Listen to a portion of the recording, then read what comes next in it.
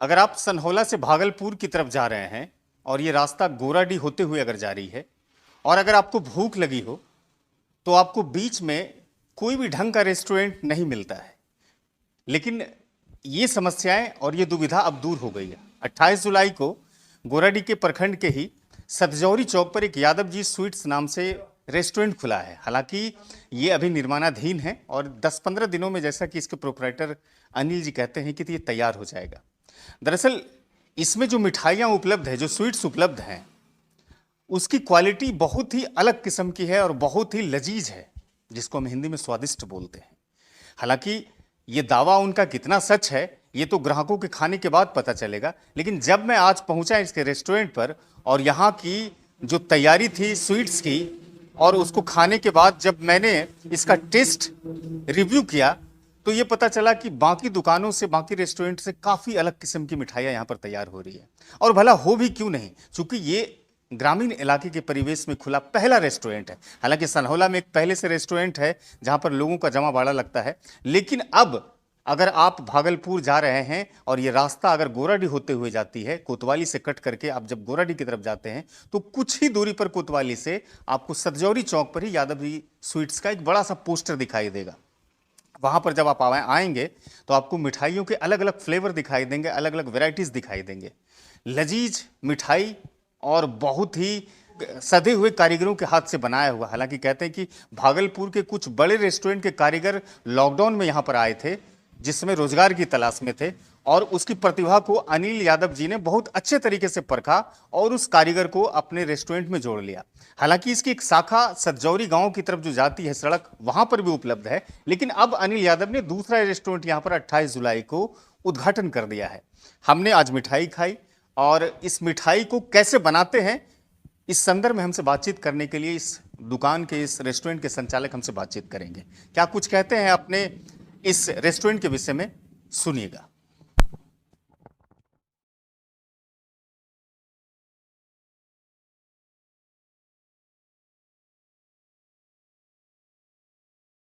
राम प्रवेश जी, यादव जी स्वीट्स नाम से जो आपने रेस्टोरेंट्स खोला है यहाँ पे, तो कितनी तरह की मिठाइयाँ अभी उपलब्ध है आपके रेस्टोरेंट में? अभी तो 20 तरह का मिठाइयाँ बन रही है।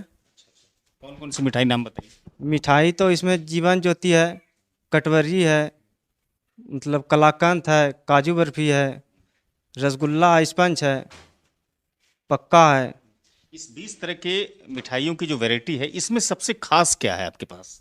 खास तो इसमें है कि मेरा पहले तो अपना दूध है, अपना व्यवस्था है, गाय है, भैंस है। अच्छा, जितना भी दूध है वो आपका खुद का जानवर का है? हाँ, उसके बाद जो भी घटता बढ़ता है तो अगल बगल किसान का दूध खरीद लेते हैं। तो दूध में क्वालिटी आपके पास सबसे शुद्ध दूध है आपके पास? हाँ, शुद्ध दूध मिलता है, इसीलिए मिठाई का क्वालिटी बढ़िया बनता है। 20 तरह की मिठाइयों में सबसे अच्छी मिठाई अगर कही जाए यादव जी रेस्टोरेंट के, तो आप किसका नाम लेना चाहेंगे? स्पंज तो अभी तो चलवे करता है। हाँ। आपको ये मालूम है कि सनहौला से जब शुरू होता है तो पूरा ये रास्ता कट जाता है गोराडीह का, लेकिन कोई ठीक ढंग का कोई रेस्टोरेंट नहीं है। लोग भूखे रह जाते हैं, लेकिन उनको मिल नहीं पाता है रेस्टोरेंट सही तरीके से। तो क्या ये विकल्प के तौर पर ग्राहक ये देख सकते हैं कि यादव जी स्वीट्स एक अच्छा विकल्प मिला है लोगों को? देखिए, ये तो अभी तो बन ही रहा है। तो इसमें तो हम जहाँ तक होगा तो उसका सेवा करवे करेंगे। अच्छा, मिठाई के अलावा क्या क्या है आपके पास? मिठाई तो अभी मिठाई में मतलब हुआ छेना, समोसा वगैरह? समोसा हुआ, लौंगिया हुआ, जलेबी हुआ, कलाई का जलेबी बनाते हैं। अच्छा, भविष्य में जब अभी तो चूंकि ये तैयार हो रहा है तो कौन कौन सी चीजें आप रखेंगे रेस्टोरेंट में?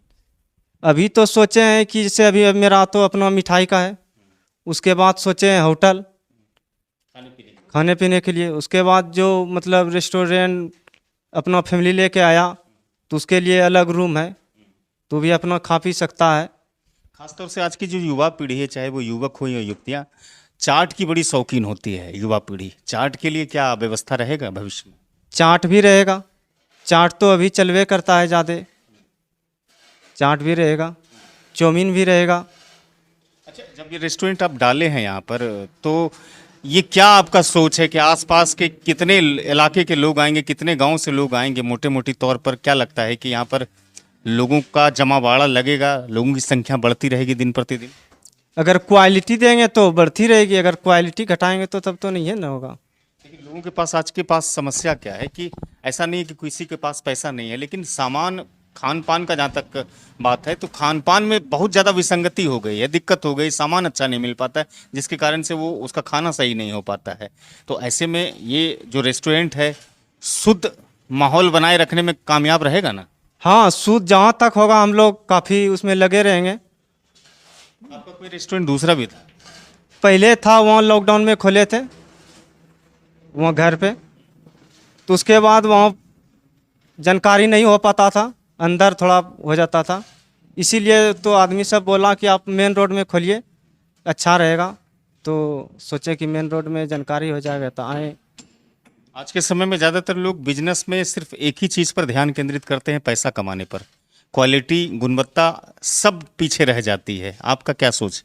हम तो सोचे हैं कि जितना से अच्छा होगा, कि मतलब खाए तो बोले कि नहीं एक बार खाना खाएं, फिर दोहरा के वो आए। अच्छा, बहुत सारे लोग डायबिटीज़ से मुब्तला हैं, प्रभावित हैं, मधुमेह रोग है, उसे डायबिटीज़ है। उसके लिए मिठाइयों में क्या आपके पास विकल्प है, व्यवस्था है? उसमें तो एगो कलाकंद है, वो प्योर खुआ का रहता है, अपना दूध एकदम प्योर ताज़ा दूध का बनवाते हैं, वो खा सकते हैं, उसमें कोई मीठा उठा नहीं रहता है। पनीर का भी आपके पास उपलब्धता है? पनीर भी है, हाँ, पनीर तो एकदम पूरा एक नंबर बनता है, वो तो खाने के बाद आपको पता चलेगा, ऐसे तो नहीं है ना। अच्छा, बहुत सारे पनीर में देखते हैं कि वो लट्ठापन होता है, जब खाते हैं तो लट्ठापन दांत में सड़ जाता है, वो कैसा है? वो तो देखिए लट्ठापन तो अब कोई पाउडर मिला देता है, कोई कुछ होता है कि अरारोट भी दे देता है। तो मेरा जो दो अपना दूध होता है, हम यही दूसरा का दूध लाते हैं ना, तो लट्ठापन हो जाता है। सही पनीर को कैसे परखे ग्राहक, कैसे समझे कि ये सही पनीर मिल रहा है उसको? उसकी पहचान कुछ बताइए, ग्राहकों को जागरूक कीजिए। जैसे पनीर में सॉफ्ट मुलायम, जैसे वो डुप्लीकेट वाला पनीर कड़ापन हो जाता है, भवर जाता है, खाने में मतलब दूसरा टाइप का लगता है। आपने स्पंज की बात की थी, स्पंज में भी कहते हैं कि बहुत सारे केमिकल का मिलावट आजकल होता है। देखिए स्पंज जो मेरा होता है ना, अपना प्योर गाय का दूध होता है, वही दूसरा का लेते हैं तो स्पंज नहीं बन पाता है। तभी जो खाएं तो देखबे किए सामने में, तभी बोले कि भागलपुर प्रियंका में भी खाए थे और राजाराम भी खाए थे, उससे भी तो आपका ज़बरदस्त रहा। मैंने खुद से टेस्ट किया तो बहुत ही डिफरेंस दिखाई दिया, और खाने के बाद पनीर मुंह में जो है वो बिल्कुल यही समझिए इतना सॉफ्ट था कि वो बहुत ही आसानी से वो डाइजेस्ट हो गया है। आप ये बताइए कि जो फैमिली लेकर के आते हैं रेस्टोरेंट, जो परिवार के साथ आते हैं, उसके लिए क्या उपलब्धता है, क्या माहौल है यहाँ पर, कैसे उनके बैठने के लिए, उनके खाने पीने के लिए क्या इंतजाम है यहाँ पर? उसके लिए कोई प्राइवेट जगह है? उसके लिए रूम है अलग, अपना खा पी सकता है, फैमिली के लिए रह भी सकता है, एक आध घंटा मतलब आराम भी कर सकता है, वो तो अलग है व्यवस्था। शुक्रिया बातचीत करने के लिए। ठीक। देखिए, यादव जी रेस्टोरेंट का एक सबसे जो महत्वपूर्ण केंद्र था वो शुगर फ्री मिठाई कला केंद्र के बारे में था और स्पंज के विषय में था, और इन्होंने बताया कि पनीर भी हमारे पास शुद्ध भैंस के दूध का बनता है और उनकी बड़ी ही बारीकियां होती है, मुलायम होता है, जिससे वो आसानी से डाइजेस्ट होता है। ये पहचान है, और ख़ास तौर से फैमिली के बारे में कहते हैं कि हमारे पास वो तमाम कमरे हैं, वो तमाम चीज़ें उपलब्ध हैं जिनसे कि उनकी प्राइवेसी को कहीं पर भी किसी तरह का कोई नुकसान नहीं होगा। यदि यादव जी स्वीट्स कॉर्नर आप पधारते हैं तो हर तरह की सुविधाएं आपको